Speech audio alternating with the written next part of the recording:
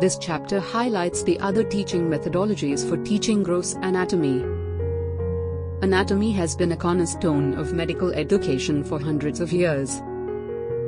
But lately, over the last few years, anatomy in undergraduate education has been undergoing a lot changes.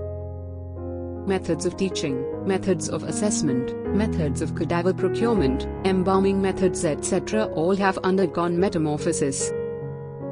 Since anatomy is the foundation of medical science in India, first-year undergraduate health science students are taught it practically in every subject.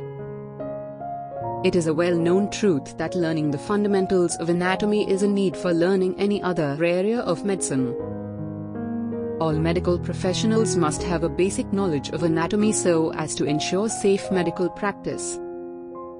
Traditionally, anatomy teaching consists of didactic lectures as well as dissections or prosections as per the requirement of the course, in an effort to include new content into their curricula without sacrificing core anatomy knowledge. Medical colleges are evaluating alternative approaches to teaching gross anatomy in order to make the subject more engaging and inspiring for students.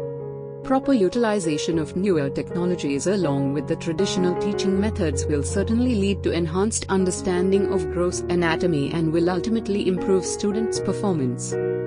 The advanced teaching methodologies will help in learning anatomy in a better and an easier way. If these new viewpoints on teaching methodologies are employed, the environment for learning anatomy will not only be appealing and interesting but also exciting and enjoyable, leading to deeper learning. Students will accomplish the desired learning outcomes and will gradually become positive and self-directed learners.